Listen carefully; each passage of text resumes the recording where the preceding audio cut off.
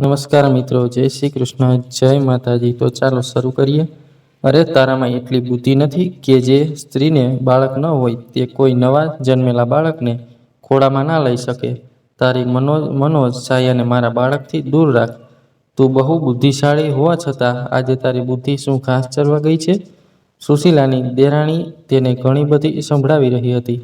સુશીલા આંખોમાં આંસુ લઈને ચૂપચાપ ઊભી રહી, બધું સાંભળી રહી હતી.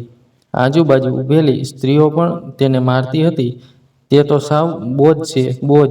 એક બાળકને જન્મ પણ ન આપી શકી. આખરે તેની શું ભૂલ હતી કે બધા તેને આવું કહેતા હતા? પછી તેના જીવનમાં એવો વળાંક આવ્યો જેને જોઈને બધાની આંખો ફાટી રહી ગઈ. આખિર મિત્રો, ભાઈઓ બહેનો, તેનું શું થયું? ચાલો આ વાર્તા દ્વારા આપણે જાણીએ. રામ એક નાનકડા શહેરમાં રહેતા એક ખૂબ જ સરળ અને દયાળુ વ્યક્તિ હતા. રામની ઉંમર 30 વર્ષની હતી. તેમનું જીવન અન્યોની સેવા અને મદદ કરવામાં વિતાવ્યું. તેમને ગરીબી હોવા છતાં રામે ક્યારેય તેમના સિદ્ધાંતો સાથે સમાધાન કર્યું ન હતું અને હંમેશા સાચા માર્ગ પર ચાલવામાં માનતા હતા. રામના માતા-પિતા સરળ અને ધાર્મિક લોકો હતા. તેમને 3 પુત્રો હતા, જેમાંથી રામ મધ્યમ પુત્ર હતો. રામના મોટા અને નાના ભાઈઓને તેમના માતા-પિતાની બહુ પડી ન હતી. એવું ન હતું કે બંને ગરીબ હતા. તેમની પાસે સારી રકમ છે, પરંતુ તેમ છતાં તેઓ તેમના માતા-પિતાની સેવા કરવા માંગતા ન હતા. જ્યારે રામ તેમના માતા-પિતા દ્વારા કહેવામાં આવેલા સિદ્ધાંતોનું પાલન કરે છે. રામના માતા-પિતાએ તેમને સત્ય અને સેવાના માર્ગ પર ચાલવાનું શીખવ્યું હતું, પરંતુ તેમના બંને પુત્રો રામના સંપૂર્ણ વિરોધી હતા. રામની માતા ઘણીવાર કહેતી, દીકરા, સાચું સુખ સંપત્તિમાં નથી, પણ બીજાનું ભલું કરવામાં છે. જ્યારે રામ 30 વર્ષનો થયો ત્યારે તેના માતા-પિતાને રામના લગ્નની ચિંતા થવા લાગી. તેઓ પણ ઈચ્છતા હતા કે તેમનો દીકરો સ્થાયી થાય અને તેની વહુ ઘર સંભાળે, પરંતુ રામની ગરીબીને કારણે યોગ્ય મેચ શોધવી સરળ ન હતી. ઘણા સ્થળોએ પહોંચ્યા પછી આખરે રામના માતા-પિતાએ સુશીલા વિશે ખબર પડી કે જે એક સામાન્ય પણ સંસ્કારી પરિવારની છોકરી છે. સુશીલા ગરીબ પરિવારમાંથી હતી, પરંતુ તેનો સ્વભાવ અને મૂલ્યો એટલા સારા હતા કે તેણે પોતાની સાદગીથી બધાના દિલ જીતી લીધા હતા. રામના માતા-પિતાએ સુશીલાના પરિવાર સાથે વાત કરી અને બંને પરિવારોએ આ લગ્ન માટે સંમતિ આપી. લગ્નની તૈયારીઓ ખૂબ જ સાદગીથી કરવામાં આવી હતી, કારણ કે રામના માતા-પિતા પાસે વધારે સાધનો ન હતા, પરંતુ તેણે તે કરી શકે તે બધું કર્યું. લગ્નની તારીખ નક્કી થતાં જ રામના ઘરમાં ઉત્સાહનો માહોલ છવાઈ ગયો. સાદગી અને પ્રેમથી ભરેલ આ લગ્નમાં હાજરી આપવા માટે ગામના લોકો પણ આતુરતાથી રાહ જોઈ રહ્યા હતા. લગ્ન દિવસ આવ્યા અને રામ તેમના સામાન્ય વસ્ત્રોમાં લગ્ન મંડપમાં પ્રવેશ્યો. તેના ચહેરા પર કોઈ ચિંતા ન હતી, માત્ર ખુશી અને આત્મવિશ્વાસ હતો. બીજી તરફ સુશીલા પણ તેની માતાની જૂની સાડી પહેરીને પેવેલિયનમાં પ્રવેશી હતી. તેના ચહેરા પર સંકોચ હતો, પણ તેની આંખોમાં એક અનોખી ચમક હતી. મંડપને સાદગીથી શણગારવામાં આવ્યો હતો. ફૂલોના હાર અને આછા શણગારે સ્થળને સુંદર બનાવી દીધું હતું. રામ અને સુશીલા, તેઓ એકબીજાના ગળામાં માળા પહેરાવી અને પછી વળાંક લીધો અને જીવનભર એકબીજા સાથે રહેવાના શપથ લીધા. પંડિતજીએ સંપૂર્ણ વિધિ-વિધાન સાથે મંત્રોનો જાપ કર્યો અને લગ્ન થયા. આ લગ્નમાં કોઈ ઢોંગ ન હતો, કોઈ દેખાડો ન હતો, માત્ર સાચો પ્રેમ અને સંપૂર્ણ હતું. લગ્ન પછી સુશીલા તેના સાસરે આવી રહી. તેણે તેના સાસુ-સસરાના ચરણ સ્પર્શ કર્યા અને તેમના આશીર્વાદ લીધા. તેમના સાદગીભર્યા સ્વભાવ અને સેવાની ભાવના જોતાં જ તેમના માતા-પિતાને દીકરીની જેમ દત્તક લીધી. સુશીલાએ પણ પોતાના નવા ઘરને પોતાનું ગણીને તેને સજાવવાનું કામ હાથમાં લીધું. સુશીલા રોજ સવારે વહેલા ઉઠતી અને ઘરના કામકાજ કરતી, સાસરિયાઓ માટે સમયસર ભોજન રાંધતી અને તેમની દરેક જરૂરિયાતોનું ધ્યાન રાખતી. તે માત્ર એક સારી પુત્રવધુ જ નહીં, પરંતુ એક સાચી સાથી પણ હતી, જે દરેક પરિસ્થિતિમાં તેના પતિની પડખે ઊભી રહેતી. રામ અને સુશીલાનું જીવન સાદું હોવા છતાં તેમના સંબંધોમાં આટલો ઊંડો પ્રેમ અને લાગણી હતી. દરેક જણ તેમની જોડીનું ઉદાહરણ આપતા હતા. બંને એકબીજાને સાથ આપીને તેમના પરિવાર અને સમાજ માટે પ્રેરણા સ્ત્રોત બન્યા. રામ અને સુશીલા વિશે સમાજના લોકો વારંવાર કહે છે, આ દંપતી સાદગી અને સત્યનું જીવન ઉદાહરણ છે. તેમની પાસે ભલે બહુ ન હોય ધન, પરંતુ તેમનું જીવન પ્રેમ અને સેવાથી ભરેલું છે. સુશીલાની સેવા અને રામના સાચા પ્રેમે તેમને એકબીજા માટે આદર્શ બનાવ્યા. સુશીલા સાસરિયામાં તેમનું જીવન સાદું અને સુખદ હતું, પરંતુ સમય જતાં તેમને કેટલી મુશ્કેલીઓનો સામનો કરવો પડ્યો. રામનું કુટુંબ સંયુક્ત કુટુંબ હતું, જેમાં તેમના 2 ભાઈઓ અને તેમની પત્નીઓ પણ રહેતા હતા. મોટા ભાઈ પહેલેથી જ પરિણીત હતો અને નાના ભાઈએ પણ રામ સાથે લગ્ન કરી લીધા હતા. જો કે તેઓ બધાના રસોડા અલગ અલગ હતા અને તેઓ એકબીજાની બહુ કાળજી લેતા ન હતા. શરૂઆતમાં બધું સામાન્ય હતું, પણ ધીમે ધીમે સુશીલા તેને લાગવા માંડ્યું કે તેની દેવરાણી અને જેઠાણી તેને દરેક વાતચીતમાં અપમાનિત કરવાનો પ્રયાસ કરે છે.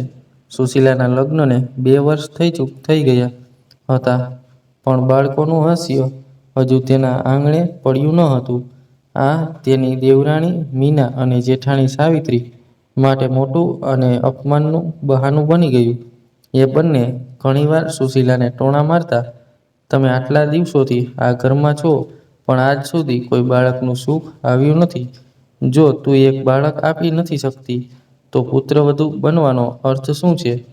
સુશીલા માટે આ બાબતો ખૂબ જ પીડાદાયક હતી, પણ તેણે પોતાની લાગણીઓને દબાવી આવીને બધું સહન કરવાનું નક્કી કર્યું.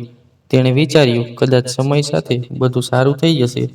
ભગવાન મારી સાથે છે અને તેણે મને જે આપ્યું છે તેનાથી હું સંતુષ્ટ છું. પણ મીના અને સાવિત્રીનું વર્તન દિવસે ને દિવસે ખરાબ થતું ગયું. તેઓએ તેની ગરીબીની મજાક પણ ઉડાડી. સુશીલા, તારી પાસે યોગ્ય કપડાં નથી ને સાડી પણ નથી. તને જ્યારે પણ જુઓ ત્યારે એ જ જૂની સાડી પહેરીને ફરતા રહો છો. તમારી સાથે લગ્ન કર્યા ત્યારે રામજી શું વિચારતા હતા? મીના કહે છે, જો તમે આવા ગરીબ પરિવારમાંથી આવ્યા છો, તો અમે શું અપેક્ષા રાખી શકીએ? અમારી સાથે રહીને પણ તું કંઈ શીખી નથી શકી. સાવિત્રી હસીને કહેતી, અરે, આ ઘરમાં આવીને પણ કોઈ પોતાને બદલી શકતું નથી, તો શું ફાયદો? અને બાળક કદાચ ભગવાન પણ સમજી ગયા હશે. તે પોતાની વાત અધૂરી છોડી દેતી અને મોટેથી હસતી. સુશીલાની તેની આંખોમાં આંસુ આવી જશે, પણ તે પોતાનું દર્દ છુપાવવાનો પ્રયત્ન કરશે.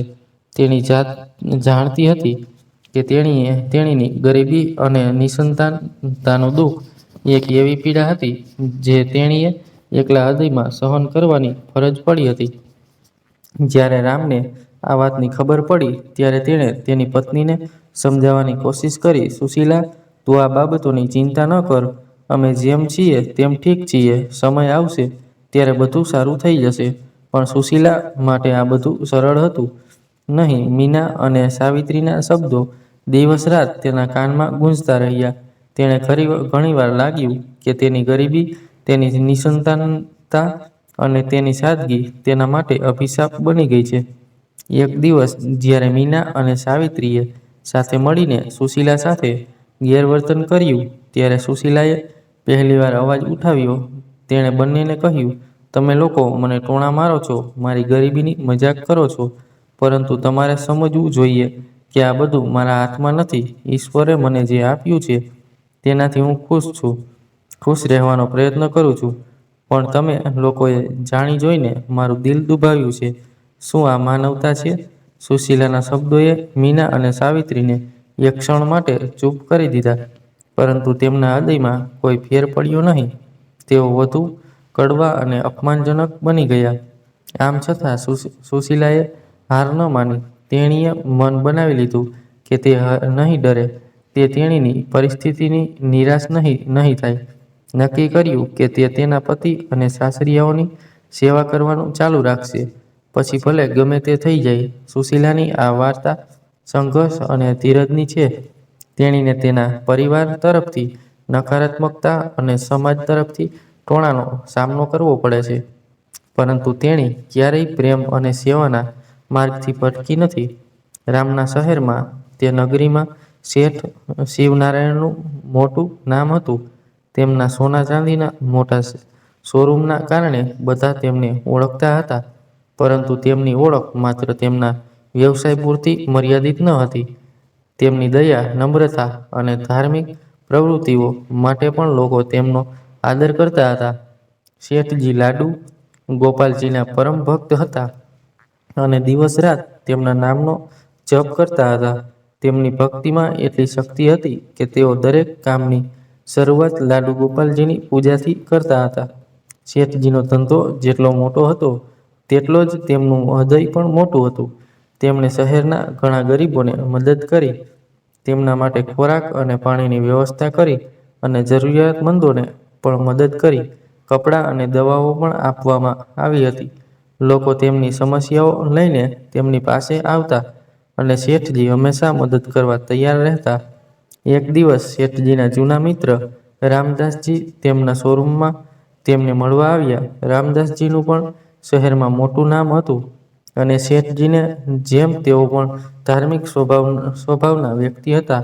પરંતુ આ વખતે તેના આવવાનું કારણ કંઈક ખાસ હતું. રામદાસજીના હાથમાં કપડામાં વીંટાયેલ વસ્તુ હતી જે તેમણે ખૂબ જ આદર અને કાળજીથી સંભાળી હતી. શેઠજીએ તેની સામે જોયું અને પૂછ્યું, રામદાસજી, આજે તમારા ચહેરા પર એક અલગ જ ખુશી છે. શું ખાસ છે?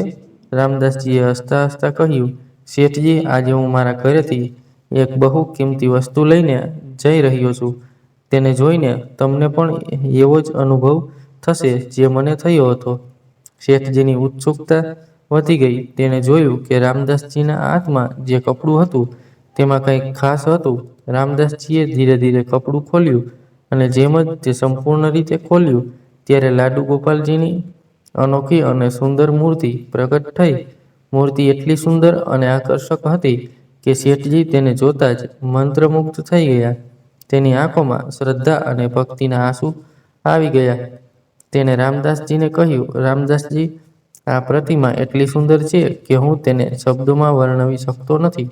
તે ખરેખર અમૂલ્ય રત્ન છે. રામદાસજીએ કહ્યું, શેઠજી, જ્યારે મેં મૂર્તિ જોઈ ત્યારે મને લાગ્યું કે આ મૂર્તિ ચોક્કસ મારા ઘરમાં જ હોવી જોઈએ. રામદાસજીએ આગળ કહ્યું, જે વ્યક્તિ આ મૂર્તિ બનાવી હતી તે પોતે જ કહી રહ્યો હતો કે તેણે જીવનમાં પહેલીવાર આવી મૂર્તિ બનાવી છે અને મારા પછી તમે આ મૂર્તિને જોનારા પ્રથમ હતા. મેં આ મૂર્તિ તે શિલ્પી પાસેથી ખરીદી છે. શેઠજીએ કહ્યું, લાડુ ગોપાલને આ મૂર્તિ તમારા પ્રેમ અને ભક્તિને વધુ ગાઢ બનાવશે. તેણે ગોપાલજીની મૂર્તિ હાથમાં લીધી અને ભગવાનને પ્રણામ કર્યા. તેમણે તેમના મનમાં એટલી બધી શાંતિ અને આનંદનો અનુભવ કર્યો કે તેમને લાગ્યું કે જાણે અને ભગવાન પોતે તેમની પાસે આવ્યા છે. તેમણે રામદાસજીનો ખૂબ જ સાચા હૃદયથી આભાર માન્યો અને કહ્યું, રામદાસજી, તમે મને લાડુ ગોપાલના દર્શન કરાવીને આશીર્વાદ આપ્યા. રામદાસજીએ કહ્યું, હું આ મૂર્તિને મારા ઘરમાં મંદિરમાં સ્થાપિત કરીશ અને દરરોજ તેની પૂજા કરીશ. એ જ દિવસે રામદાસજીએ પોતાના ઘરના મંદિરમાં ગોપાલજીની મૂર્તિ સ્થાપિત કરવા માંગતા હતા. જ્યારે શેઠ શિવનારાયણજી અને તેમના મિત્ર રામદાસજી લાડુ ગોપાલજીની નવી મૂર્તિ વિશે વાત કરવામાં વ્યસ્ત હતા, એટલામાં શોરૂમનો મુખ્ય કારીગર મહેશ શેઠજી પાસે આવ્યો. મહેશ ખૂબ જ કુશળ અને નિપુણ કારીગર હતો, જેણે ઘણા વર્ષોથી શેઠજી માટે સોના ચાંદીના ઘરેણાં બનાવ્યા હતા. તેની કળા અને કૌશલ્યની આખા શહેરમાં ચર્ચા હતી. મહેશના હાથમાં એક બોક્સ હતું જે તેણે ખૂબ જ કાળજીપૂર્વક પકડી રાખ્યું હતું. શેઠજીએ તેને આવતો જોઈને હસતા પૂછ્યું, મહેશ, આજે તું શું ખાસ લઈને આવ્યો છે? મહેશે બોક્સ ખોલીને કહ્યું, શેઠજી, આજે મારી પાસે તમારા માટે ભેટ છે. હું કંઈક કિંમતી વસ્તુ લઈને આવ્યો છું. મેં તેને મારા હૃદયથી બનાવ્યું છે અને તમારા શોરૂમની સુંદરતા વધારવા માટે તેને ખાસ ડિઝાઇન કર્યું છે. મહેશે બોક્સમાંથી એક ખૂબ જ સોનાનો હાર કાઢ્યો. ચમકતા મોતી અને કિંમતી પથ્થરો ચડેલા હતા અને તેની રચના ખૂબ જ અનોખી હતી કે તરત જ તેણે તે જોયું. શેઠજીએ તેની સુંદરતા ઓળખી અને તેના ચહેરા પર ખુશીની લહેર દોડી ગઈ. ઉસકીને કહ્યું, મહેશ, આ નેકલેસ અદ્ભુત છે. તેની ચમક અને ડિઝાઇન જોઈને એવું લાગે છે કે આ નેકલેસ ફક્ત લાડુ ગોપાલજી માટે જ બનાવ્યો છે. આહાર જોઈને રામદાસજી પણ પ્રભાવિત થયા અને બોલ્યા, શેઠજી, આ ખરેખર લાડુ ગોપાલજી માટે બનાવાયો હશે. ભગવાનની કૃપાથી જ આટલો સુંદર હાર બન્યો છે. જરા પણ વિલંબ કર્યા વિના શેઠજીએ લાડુ ગોપાલજીની મૂર્તિના ગળામાં માળા મૂકી દીધી. આ રીતે લાડુ ગોપાલજીની પ્રતિમા પર માળા તે ખૂબ જ સુંદર લાગી રહી હતી, જાણે આહાર તેના માટે જ બનાવ્યો હોય. શેઠજીની આંખો ભક્તિ અને પ્રેમથી ભરાઈ ગઈ અને તેમણે લાડુ ગોપાલજીના ચરણોમાં પ્રણામ કર્યા. શેઠજીએ ભાવુક થઈને કહ્યું, લડ્ડુ ગોપાલનો મહિમા ફક્ત લડ્ડુ ગોપાલ જ જાણે છે. તેમની કૃપાથી જ એટલો સુંદર હાર બન્યો છે. તેણે મહેશનો આભાર માન્યો અને કહ્યું, મહેશ, તારું કામ અમૂલ્ય છે. ભગવાન તને આવા જ આશીર્વાદ આપતા રહે. આ પછી શેઠજી ફરીથી તેમના મિત્ર રામદાસજી સાથે વાત કરવામાં વ્યસ્ત થઈ ગયા. થોડા સમય પછી રામદાસજી પોતાના ઘરે જવાની તૈયારી કરવા લાગ્યા, પરંતુ વાતચીત દરમિયાન શેઠજી લાડુ ગોપાલજી પાસેથી કિંમતી હાર કાઢવાનું ભૂલી ગયા અને રામદાસજી પણ આ તરફ ધ્યાન ન આપી શક્યા.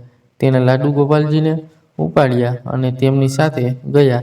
જ્યારે રામદાસજી શેઠ શિવનારાયણજીના ઘરેથી રજા લઈને ઓટોમાં બેઠા ત્યારે તેમના મનમાં લાડુ ગોપાલજીનો વિચાર આવ્યો. મૂર્તિને લઈને એક વિચિત્ર શાંતિ અને સંતોષ હતો.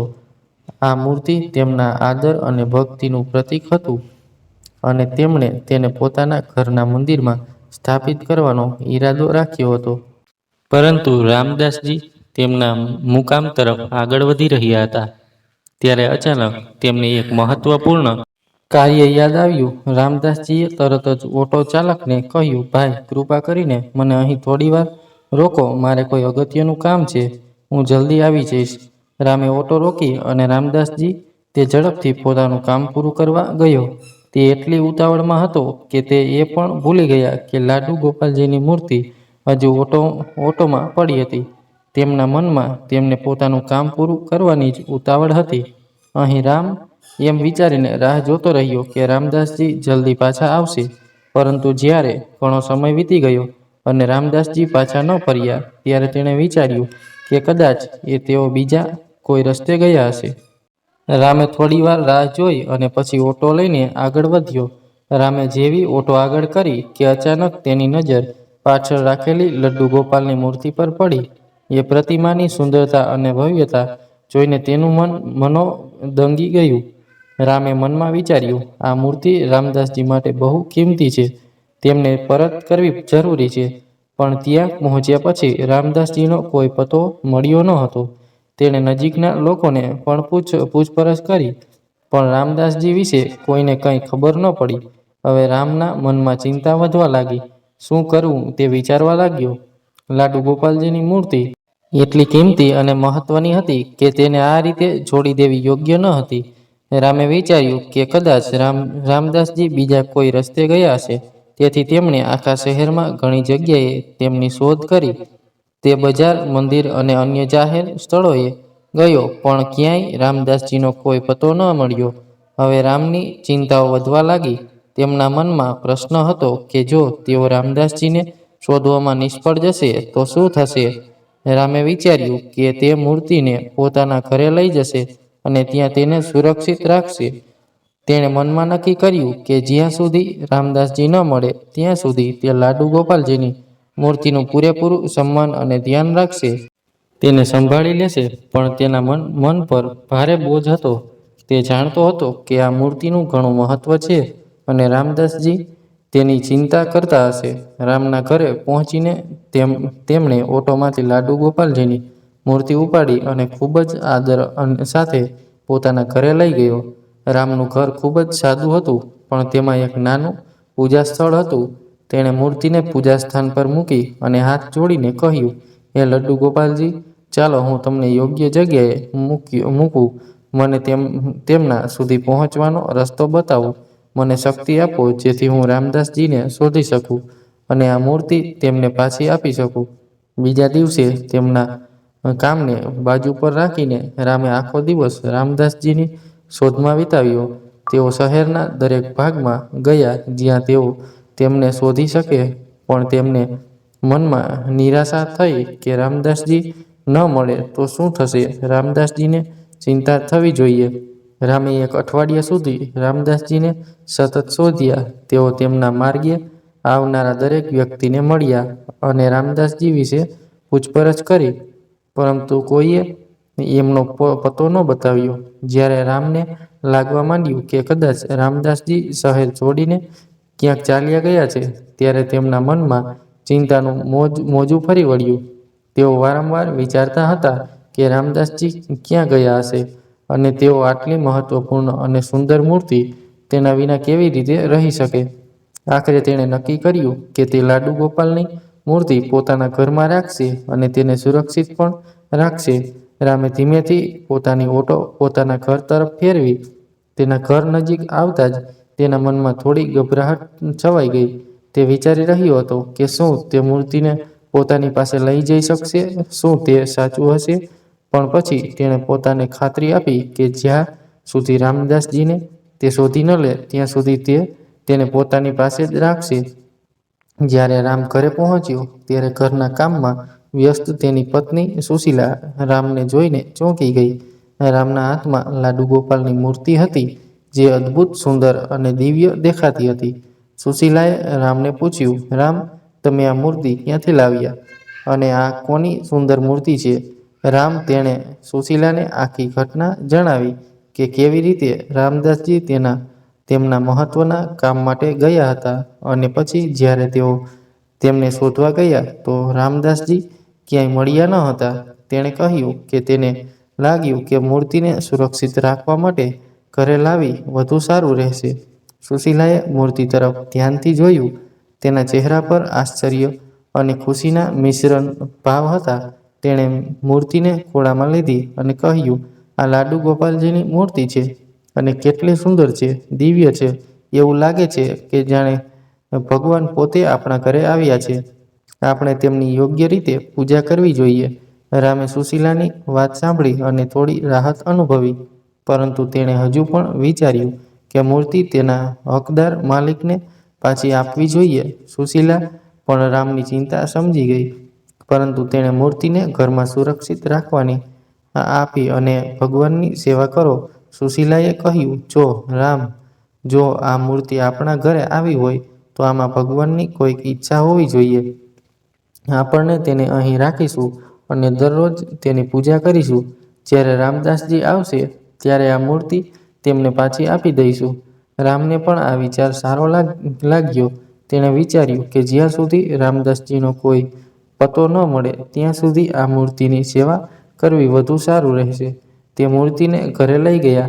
તેની સ્થાપના 1947માં થઈ. પૂજા સ્થળ અને સુશીલા અને રામ બંને પૂર્ણ ભક્તિ સાથે તેમની પૂજા કરી પોતાના ઘરના મંદિરમાં સૌથી ઊંચા સ્થાને લાડુ ગોપાલની મૂર્તિ રાખી. સુશીલાએ ભગવાનને ફૂલોથી શણગાર્યા અને નાની થાળીમાં ભોજન અર્પણ કર્યું. તેમણે દીવો પ્રગટાવ્યો અને પૂરી ભક્તિ સાથે લાડુ ગોપાલની આરતી કરી. તે ક્ષણે રામ અને સુશીલાએ તેમના હૃદયમાં એક અદ્ભુત શાંતિનો અનુભવ કર્યો. સુશીલાએ રામને કહ્યું, રામ, જ્યારથી આ મૂર્તિ આપણા ઘરે આવી છે ત્યારથી મને એક અજીબ શાંતિનો અનુભવ થઈ રહ્યો છે. એવું લાગે છે કે જાણે ખુદ ભગવાન આપણા ઘરમાં રહે છે. આપણે આ મૂર્તિની સેવા પૂરી શ્રદ્ધા અને ભક્તિથી કરવી જોઈએ. રામ પણ સુશીલાની વાત સાથે સંમત થયા અને બંને સાથે મળીને ભગવાનની સેવા કરવાનો સંકલ્પ કર્યો. તેઓએ દરરોજ મૂર્તિની પૂજા કરવાનું નક્કી કર્યું. લાડુ ગોપાલના ઘરે આવ્યા પછી ઘણા સકારાત્મક ફેરફારો થવા લાગ્યા. રામ અને સુશીલાના જીવનમાં તેઓનું ઘર જે પહેલા સાદું હતું તે હવે દિવ્યતા અને શાંતિથી ભરેલું લાગવા લાગ્યું. સુશીલા અને રામ બંનેની ભક્તિ અને આદર વધી ગયો. બંને સાથે મળીને દરરોજ સવાર સાંજ ભગવાનની આરતી કરતા અને તેમને ભોજન કરાવતા. રામનું મન ધીરે ધીરે ભગવાનની ભક્તિમાં ડૂબવા લાગ્યું. તેઓ પોતાના જીવનની ચિંતાઓ ભગવાનના ચરણોમાં છોડીને મનની શાંતિ માટે ભક્તિના માર્ગે ચાલ્યા. સુશીલાએ પણ ઘરના બધા કામ પૂરા કર્યા અને પૂરી ભક્તિ સાથે ભગવાનની સેવાએ કરવા લાગી. રામનું મન હવે રામદાસજીને શોધવાની ચિંતામાંથી પણ થોડી રાહત મળી. તેણે વિચાર્યું કે ભગવાનની ઈચ્છા હશે તો રામદાસજી પોતે મળી જશે. રામ અને સુશીલાની આ બદલાયેલી જિંદગી ધીમે ધીમે સમાજના પણ ધ્યાને આવવા લાગી. પડોશીઓ અને આસપાસના લોકોએ પણ જોયું કે રામ અને સુશીલાના ઘરમાં કેટલાક આશ્ચર્યજનક ફેરફારો થઈ રહ્યા છે. દરરોજ તેમના ઘરેથી ભગવાનની આરતી અને ભક્તિ ગીતોના નાદ આવવા લાગ્યા, જેણે સમગ્ર વિસ્તારને દિવ્યતાથી ભરી દીધો. કેટલાક લોકો રામ અને સુશીલાના આ નવા જીવનથી પ્રભાવિત થયા હતા, તો કેટલાક લોકોને આશ્ચર્ય થયું હતું કે આ પરિવર્તન કેવી રીતે, શા માટે આવી રહ્યું છે. રામ અને સુશીલાની સંપૂર્ણ ભક્તિ અને આદર હોવા છતાં આ પરિવર્તન વિશે તેમના પરિવારના બાકીના લોકોમાં થોડી ચિંતા હતી. રામના મોટા ભાઈ અને તેની પત્ની ચિંતા કરવા લાગ્યા કે આ મૂર્તિ ક્યાંથી આવી અને રામ અને સુશીલા તેના પ્રત્યે આટલો આદર કેમ બતાવી રહ્યા છે. રામને એક દિવસ મોટા ભાઈએ રામને પૂછ્યું, રામ, આ મૂર્તિ ક્યાંથી આવી છે અને તમે લોકો તેના પ્રત્યે આટલો આદર કેમ રાખો છો? શું આ મૂર્તિ કોઈ બીજાની છે? રામે પોતાના ભાઈને આખું સત્ય કહ્યું અને કહ્યું, ભાઈ, આ મૂર્તિ રામદાસજીની છે અને હું તેને શોધવાનો પૂરો પ્રયાસ કરી રહ્યો છું. પણ જ્યાં સુધી હું તેને ન શોધું ત્યાં સુધી આ મૂર્તિની સેવા કરવી આપણી ફરજ છે. પરંતુ હજુ પણ મનમાં પ્રશ્ન રહ્યો કે રામદાસજી ક્યાં ગયા અને આ મૂર્તિ રામની પાસે કેવી રીતે આવી. રામ અને સુશીલાની આ ભક્તિ સમાજમાં પણ આ ચર્ચાનો વિષય બની હતી. લોકો વાત કરવા લાગ્યા કે આ કોની મૂર્તિ છે અને રામ અને સુશીલા તેને પોતાના ઘરમાં કેમ રાખે છે. કેટલાક લોકોએ તેમની ભક્તિની ટીકા કરી હતી, જ્યારે અન્ય લોકોએ તેના પર પ્રશ્નો ઉઠાવ્યા હતા. પરંતુ રામ અને સુશીલાએ આ બધી બાબતોની પરવાહ કર્યા વિના ભગવાનની સેવા કરવાનું ચાલુ રાખ્યું. તેમના મનમાં એક જ ઉદ્દેશ હતો, ભગવાનની સેવા કરવી અને રામદાસજીની મૂર્તિ તેમને પાછી સોંપવી.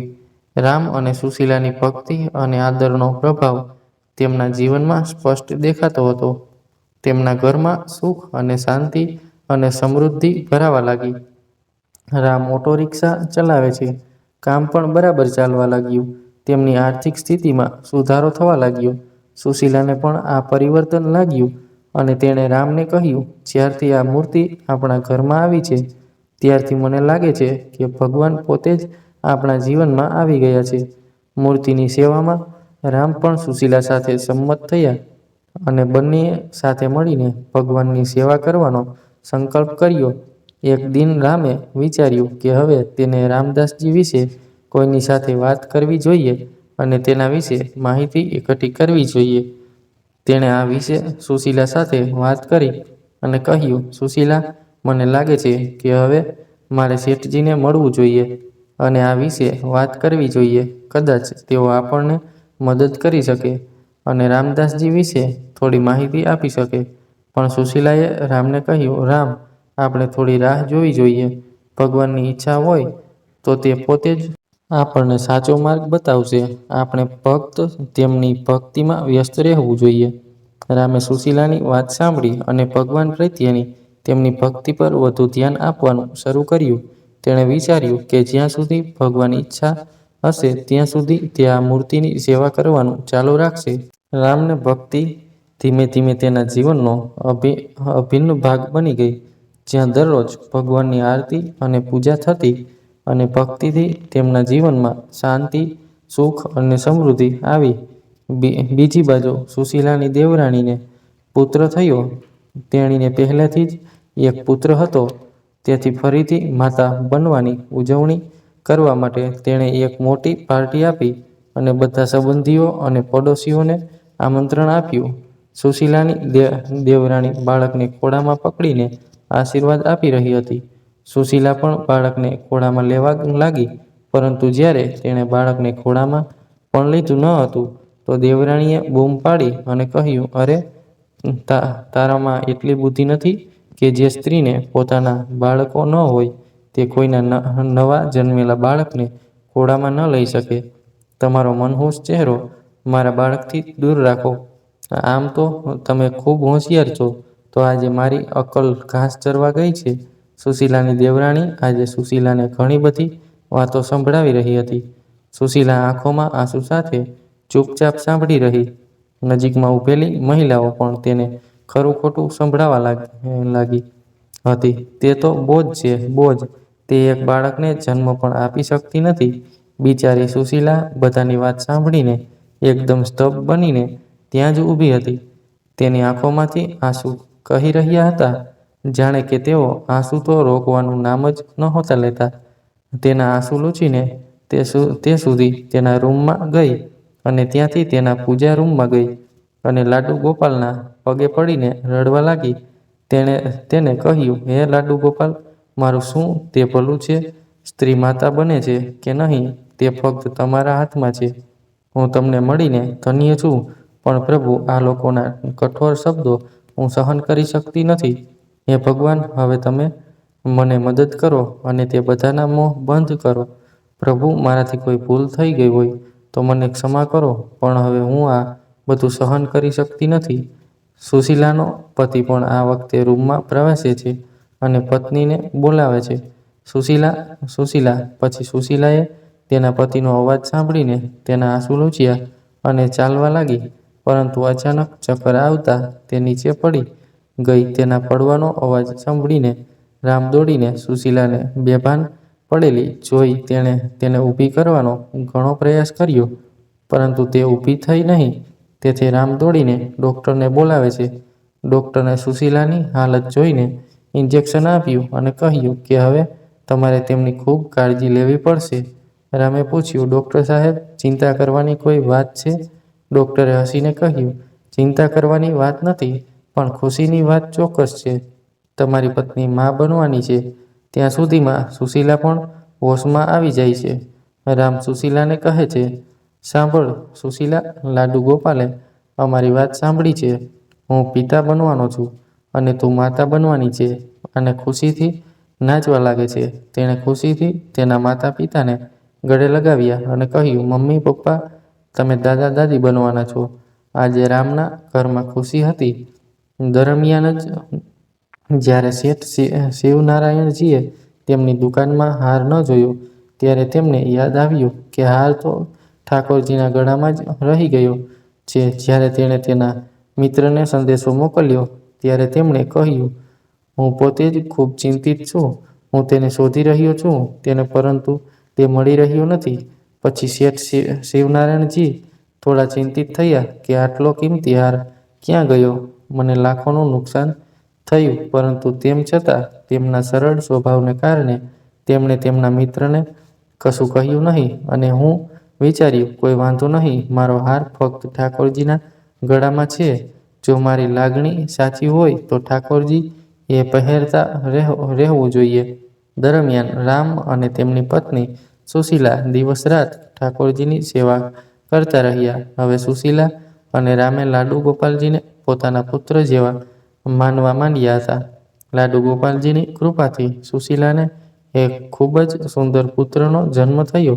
સુશીલા અને રામે આ બધું લાડુ ગોપાલજીની કૃપા માની અને માન્યું કે હા, તેમનો પુત્ર છે અને અમને તે લાડુ ગોપાલજીને કૃપાથી જ મળ્યો છે.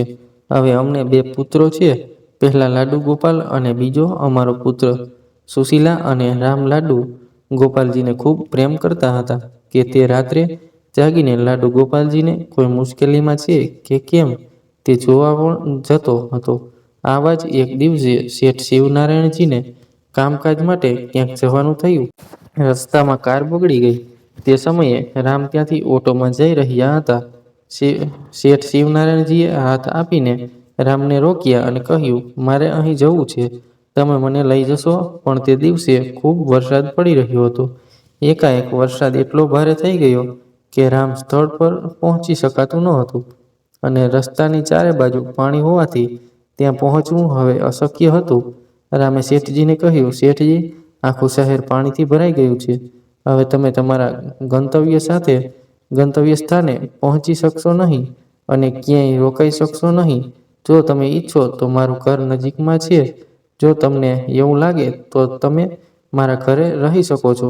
શેઠ શિવનારાયણજી, જેમની પાસે ઘણા સોના અને હીરાના ઘરેણાં હતા, તેમણે અજાણ્યા ટેક્સી ડ્રાઈવર સાથે જવાનું નક્કી કર્યું. પણ થોડી ચિંતા હતી, પણ તેની પાસે બીજો કોઈ વિકલ્પ ન હતો. થોડો વિચાર કર્યા પછી શેઠજી એ રામને કહ્યું, ઠીક છે, હું આવું છું. ઘરે પહોંચતા જ રામે સુશીલાને કહ્યું કે આજે આપણા ઘરે મહેમાનો આવ્યા છે, તેમના માટે ભોજન બનાવો. શેઠજી વારંવાર ના પાડતા રહ્યા, પણ રામે કહ્યું, ના, તમે અમારા માટે મહેમાન છો અને અમે ખાલી પેટે મહેમાનને રાખી શકતા નથી. અમે ભાગ્યશાળી છીએ કે શેઠજી, તમે અમારા ઘરે આવ્યા છો. શેઠજીએ જોયું કે રામનું ઘર નાનું હતું, પણ ખૂબ જ સુશોભિત હતું. ઘરમાં અજીબ સુગંધ આવી રહી હતી, જે તેના હૃદયને ખુશ કરી રહી હતી. જ્યારે સુશીલાએ તેમને ભોજન પીરસ્યું, ત્યારે શેઠજીને લાગ્યું કે ભોજનનો સ્વાદ અમૃત જેવો છે. તેમનું ધ્યાન વારંવાર એ તરફ જતું હતું જ્યાં લાડુ ગોપાલજી બેઠા હતા. ત્યાંથી એક વિચિત્ર પ્રકાશ દેખાતો હતો. તેમણે રામને પૂછ્યું કે એ દિશામાં શું રાખવામાં આવ્યું છે. મારું ધ્યાન તેના તરફ વારંવાર આકર્ષાઈ રહ્યું છે. રામ અને સુશીલાએ એકબીજા સામે સ્મિત કર્યું અને કહ્યું, અમારા ઘરના સૌથી મહત્વપૂર્ણ સભ્ય લાડુ ગોપાલજી ત્યાં બેઠા છે. શેઠજીએ કહ્યું, શું હું દર્શન કરી શકું? સુશીલા શેઠજીને એક ખૂણામાં લઈ ગઈ જ્યાં લડ્ડુ ગોપાલજી બેઠા હતા. શેઠજીએ લડ્ડુ ગોપાલજીને ગળાનો હાર ત્યાં જોઈને તેઓ સંપૂર્ણપણે આશ્ચર્યચકિત થઈ ગયા. આ એ જ લાડુ ગોપાલ છે જેને તેમના મિત્ર રામદાસજી તેમના ઘરે લઈ જતા હતા. શેઠ શિવનારાયણજીએ તેમના ગળામાં હાર જોઈને સંપૂર્ણ આશ્ચર્ય સાથે કહ્યું, આ એ જ ગળાનો હાર છે જે મેં મારા મિત્રના લાડુ ગોપાલજીને પહેરાવ્યો હતો. થોડીવાર માટે શેઠજીને પોતાની આંખો પર વિશ્વાસ ન આવ્યો. વિચાર કર્યા પછી તેણે રામને પૂછ્યું, શું તમે જાણો છો કે ઠાકોરજીના આ આપણા ગળામાં પહેરેલી વસ્તુનું શું મૂલ્ય છે? રામ અને સુશીલાએ નમ્રતાથી હાથ જોડીને કહ્યું, અમે અમારા લાડુ ગોપાલજીનો ભાગ બની ગયેલી વસ્તુને કિંમત જાણવા માંગતા નથી. આપણા લાલાની આગળ કોઈ પણ વસ્તુની કિંમત નથી. શેઠજી ચૂપ થઈ ગયા અને મનમાં વિચારવા લાગ્યા કે સારું થયું ઠાકોરજીએ મારો હાર તેમના શરીર પર પહેરાવ્યો હતો. બીજે દિવસે જ્યારે વરસાદ બંધ થયો, તેઓ શહેરની બહાર ચાલ્યા ગયા. પછી તેમણે મિત્રને ફોન કરીને કહ્યું કે તમારા ઠાકોરજી અહીં છે. શેઠ શિવનારાયણજીની વાત સાંભળીને રામદાસજી પણ આપેલા સરનામા પર આવ્યા. રામદાસજી પણ એ જોઈને સ્તબ્ધ થઈ ગયા કે આ એ જ ઠાકોરજી છે જેમને તેઓ લઈને આવ્યા હતા. રામદાસજીને જોઈને રામ પણ ચોંકી ગયો. અરે, મને ખબર નથી કે મેં તમને ક્યાં ક્યાં શોધ્યા નથી. તમારા ઠાકોરજી મારી ટેક્સીમાં રહી ગયા હતા. મેં તેમને ખૂબ સારી રીતે રાખ્યા છે. આજે ખબર નહીં કેમ રામ અને સુશીલા તેના ઠાકોરજીના જવાથી ખૂબ જ દુઃખી થઈ રહી હતી. તેઓ તેમના હૃદયમાં રડતા હતા અને ભગવાનને પ્રાર્થના કરી રહ્યા હતા, હે ભગવાન, કૃપા કરીને અમને છોડીને જશો નહીં. પરંતુ તે રામદાસજી અને શેઠજીને આ વાત કહી શક્યા નહીં, કારણ કે વાસ્તવિક સત્તા ફક્ત તેમની જ હતી. રામદાસજીએ ઠાકોરજીને તેમના ધર્મ સ્થાનમાંથી ઉપાડવાની ઘણી કોશિશ કરી, પણ તેઓ એમને વારંવાર ઊંચકવાનો પ્રયાસ કરતા હતા, પરંતુ દરેક વખતે ઠાકોરજીને ઉપાડી શક્યા નહીં. તેણે શેઠજીને કહ્યું, આ કેવી રીતે થઈ શકે? હું શા માટે ઠાકોરજીને ઉપાડી શકતો નથી? શેઠજીએ પણ 2-3 વાર પ્રયત્ન કર્યો, પણ ગોપાલજીને ત્યાંથી ઉપાડી શક્યા નહીં. ત્યારે શેઠ શિવનારાયણજીએ કહ્યું, જુઓ રામદાસ, તે ઠાકોરજીનો મહિમા છે. અમે તેમને તેમની મરજી વિના જ્યાં રહેવા માંગતા હોય ત્યાં લઈ જઈ શકતા નથી. આ બધું દ્રશ્ય જોઈ રામ અને સુશીલાની આંખોમાં આંસુ આવી ગયા. તેઓ તેના પર વિશ્વાસ કરી શક્યા નહીં કે તેમના ઠાકોરજી તેમનું ઘર છોડવા માંગતા નથી. સુશીલા અને રામ હાથ જોડીને તેમના ઠાકોરજી તરફ જોઈ રહ્યા હતા.